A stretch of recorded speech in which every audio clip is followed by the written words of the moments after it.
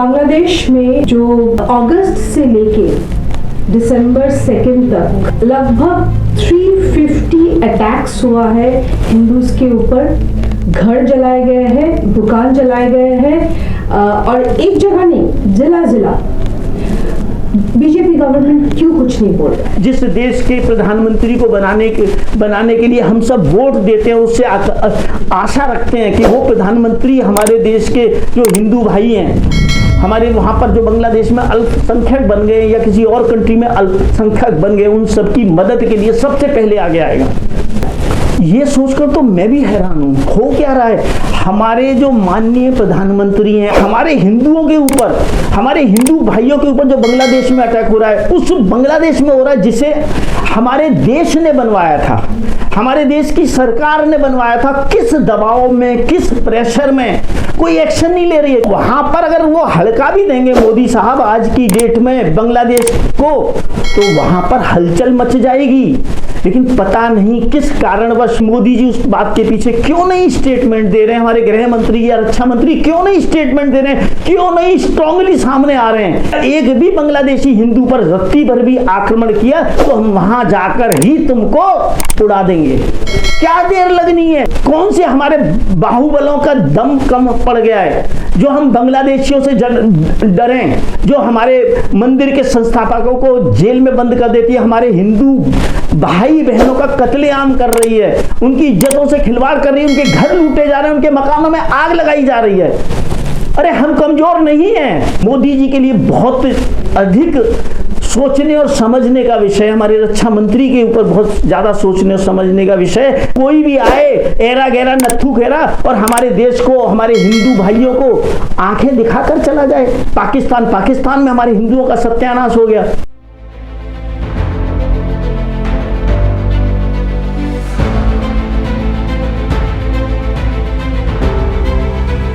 तो ये कोई समय प्रोटेस्ट करने का नहीं है कि हम शांति कैंडल हाथ में लेके घूमने का समय नहीं है।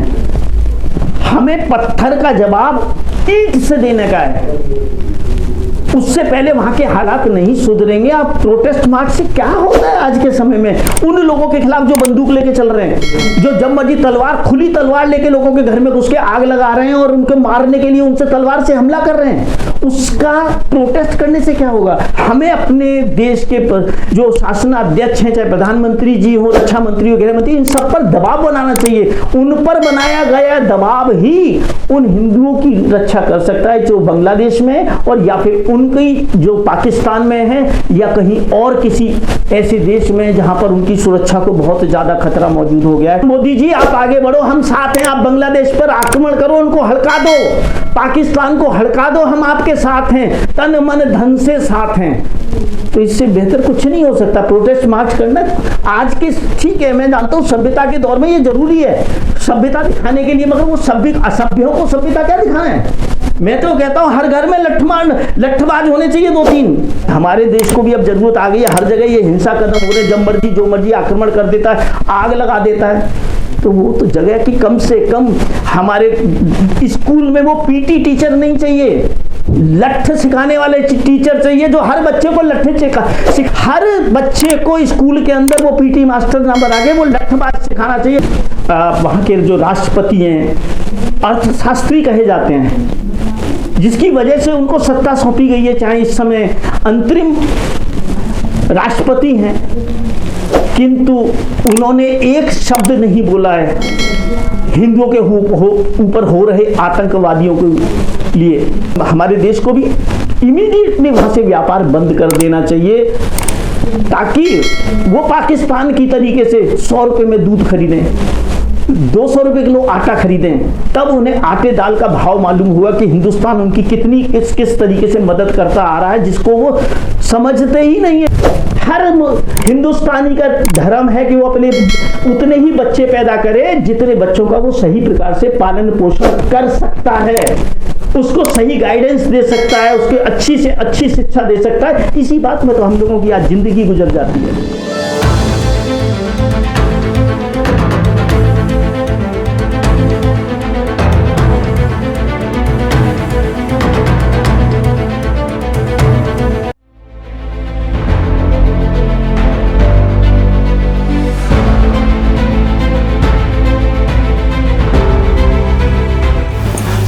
हमारे मुख्य न्यायाधीश ने जो भी शब्द कहे हैं बिल्कुल मैं उनसे सहमत हूँ पूरी तरीके से।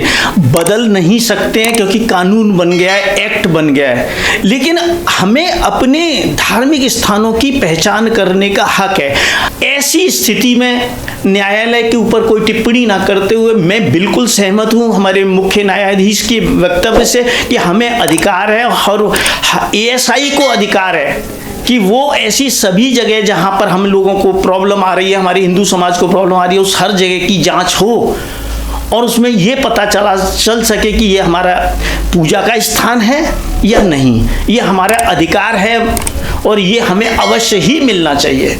मथुरा में विश्व हिंदू परिषद ने बोला है 18,000 ऐसे मॉस्क है जो कि शायद पहले हिंदू टेम्पल था जो अभी मॉस्क है।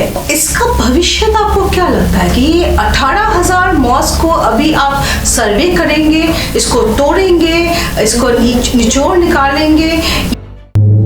अगर वहां पर 1800 धार्मिक स्थल हैं मुस्लिम समुदाय के, तो सभी तो हमारे कृष्ण जी के भी धार्मिक स्थल नहीं हो सकते। बहुत सारे उसमें से उन्होंने खुद बाद में बनी हुई, अभी हाल फिलहाल में बनी हुई बहुत सारी मस्जिदें होंगी, लेकिन जो हमारे भगवान कृष्ण से संबंधित स्थल हैं और जहां पर हमें अभिलेख मिलता है, कहीं शास्त्रों में लिखा हुआ मिलता है कि यहाँ पर हमारी भगवान कृष्ण की जन्मभूमि है या भगवान कृष्ण ने यहाँ पर शासन किया था, ऐसे अगर हमारे कुछ पता चलता है, उसके प्रमाण में कुछ दस्तावेज साक्ष्य मिलते हैं, तो उन सभी साक्ष्यों का अध्ययन करके उन विशेष जगहों पर जरूर एएसआई के द्वारा सर्वे किया जाना चाहिए। हर स्थल के बारे में साक्ष्य जुटा रहे हैं हम कि हमारा ये धार्मिक स्थल है या नहीं, और जब हमारे पास पुख्ता सबूत आ जाएंगे उसी समय विश्व हिंदू परिषद वाले या अन्य बजरंग दल वाले या अन्य संप्रदाय के लोग जाकर कोर्ट के थ्रू अपना दावा पेश करेंगे कि हम यहाँ पर एएसआई का सर्वे कराना चाहते हैं कि ये ताजमहल है या हमारे भगवान शिव का मंदिर है। तो समय की प्रतीक्षा करिए, अभी हमें स्वतंत्र हुए 75 साल ही हुए हैं लगभग, तो पहले की सरकारें तो सोती रही, उन्हें तो सेकुलरिज्म से ज्यादा प्यार था। अब जो सरकारें हैं वो सेकुलरिज्म तो चाहती हैं, लेकिन उसके साथ साथ सच्चाई को भी उजागर करना चाहती हैं कि सच क्या है इसके पीछे। जब तक पता नहीं चलेगा तो अगले डिसीजंस कैसे होंगे? पता चलने के बाद ही एक्शन होगा ना कि हमें क्या डिसीजन लेना है, हमारे बहुसंख्यक हिंदू देश को क्या डिसीजन लेना है। तो ये सब कुछ तो बाद में होगा और उसके बाद सरकार भी कुछ ना कुछ तो आगे चल के कर ही रही है, तभी आज स्थिति यहाँ तक पहुंची है। आज 15 साल पहले की बात करें तो कुछ भी ऐसा नहीं था।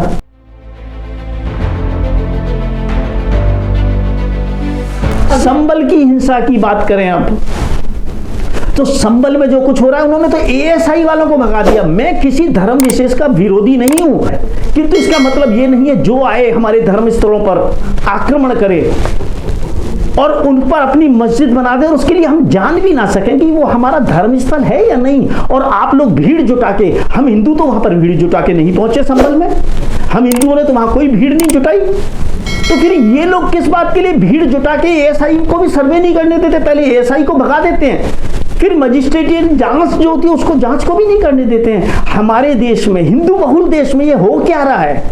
ये कैसा मजाक है? ये तो सच में ही हमारे लिए बहुत अजीब सा विषय बन गया है। ऐसी हड्डी बन गई है ना जो उगलते बन रही है ना निगलते बन रही है।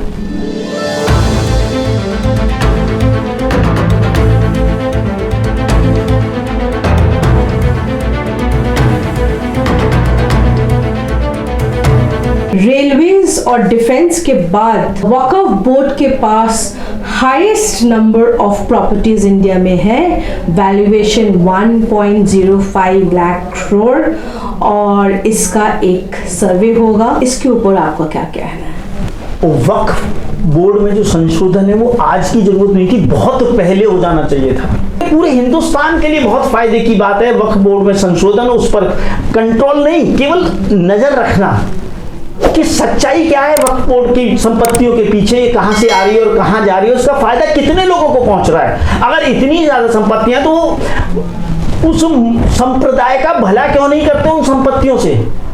और वो तो एक एक कमरे के मकान में रह रहे हैं, और यहां पर लाखों यार्ड्स जमीन, लाखों हेक्टेयर जमीन की बात करें रादर, तो वो उनके पास है। तो उस जमीन का अगर उस संप्रदाय विशेष को भी फायदा नहीं आ रहा, उनको खेती करने को ही दे दो, कुछ उपज होगी, कुछ देश के काम आएगी।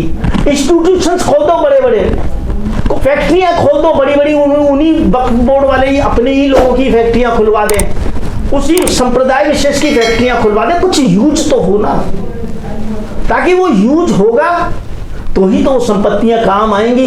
खाली किताबों में बंद संपत्तियां हैं या नहीं है, मैं इस विवाद में नहीं पढ़ना चाहूंगा, लेकिन संशोधन की बहुत बड़ी जरूरत है समय के हिसाब से।